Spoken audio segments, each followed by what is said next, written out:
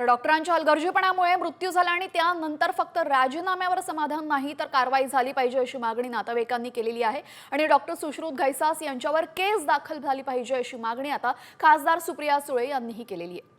सरकारने थोडा संवेदनशीलपणा दाखवावा, राजीनाम्याने प्रश्न सुटत नाही असं सुळे म्हणाले।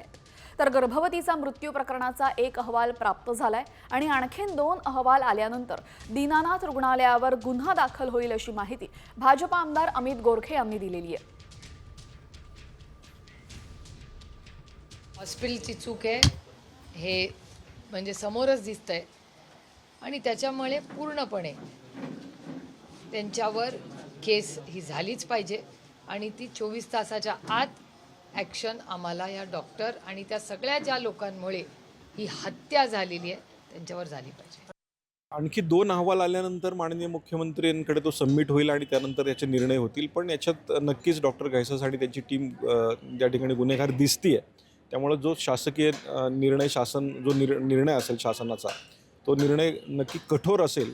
पण यातनं एकच दिसतंय की ज्या प्रकारे त्या ठिकाणी आंदोलनं झाली, तोडफोड झाली, याचं समर्थन मीही करणार नाही। लोकशाहीच्या मार्गाने आपण आंदोलनं केली पाहिजेत। आज मंगेशकर कुटुंबीय असेल, मंगेशकर हॉस्पिटल असेल, अनेक पेशंटला त्यांनी खऱ्या अर्थाने वाचवलेलं आहे। आणि पण एक गोष्ट ही जी डॉक्टर घैसास आणि त्यांच्या टीमकडनं घडली, त्या चुकीमुळे खरं तर ह्या सगळ्या हॉस्पिटलला भोगावं लागतं।